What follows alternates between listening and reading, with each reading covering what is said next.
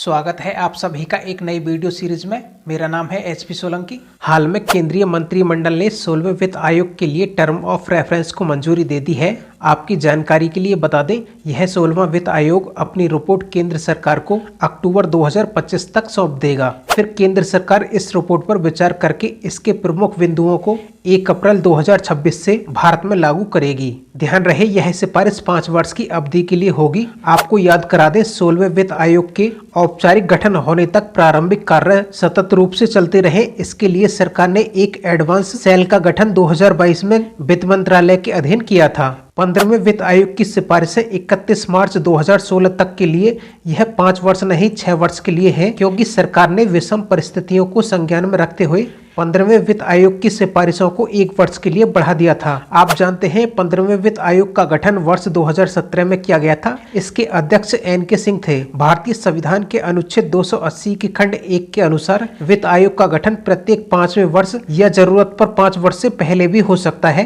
यह वित्त आयोग केंद्र सरकार और राज्य सरकारों की वित्तीय स्थिति की समीक्षा करके रिपोर्ट राष्ट्रपति को सौंपता है। महत्वपूर्ण बात यह है, वित्त आयोग केंद्र और राज्यों के बीच करों के वितरण का अनुपात निश्चित करता है। इसके साथ ही राज्यों के बीच करों का वितरण किस अनुपात में हो, यह भी निर्धारित करता है। याद रहे, ऐसा जरूरी नहीं है कि वित्त आयोग की सभी सिफारिशें केंद्र सरकार मानने के लिए बाध्य हो। अब आपको कुछ अतिरिक्त जानकारी बता दें। पहला वित्त आयोग 1951 में गठित किया गया था और इसके अध्यक्ष के.सी. नियोगी थे। वर्तमान में वित्त आयोग में एक अध्यक्ष और 4 सदस्य हैं। ये पांचों राष्ट्रपति द्वारा मंत्री परिषद की सलाह और सहायता से नियुक्त किए जाते हैं। भारत के संविधान ने इन 5 सदस्यों की योग्यता और चुनाव की प्रक्रिया संसद को दी है। वर्तमान में अध्यक्ष की योग्यता के लिए केवल सार्वजनिक तथा लोक मामलों का जानकार हो ही निश्चित कर दिया है, जबकि 4 अन्य सदस्यों की योग्यता यह उच्च न्यायालय के न्यायाधीश हो या फिर रह चुके हो या फिर नियुक्त होने के काबिल हो। एक बात ध्यान रहे, इन 5 सदस्यों की कार्य अवधि राष्ट्रपति निर्धारित करेगा और ये 5 सदस्य दोबारा भी नियुक्त हो सकते हैं। ये वित्त आयोग अपनी रिपोर्ट अनुच्छेद 281 के तहत राष्ट्रपति को देगा। अन्य बिंदु इस प्रकार है। 12वें वित्त आयोग के अध्यक्ष डॉक्टर सी रंगराजन थे। 13वें वित्त आयोग के अध्यक्ष विजय एल केलकर थे। 14वें वित्त आयोग के अध्यक्ष वाई.वी. रेड्डी थे। 15वें वित्त आयोग के अध्यक्ष एन.के. सिंह हैं। आपको यह वीडियो सीरीज कैसी लगी?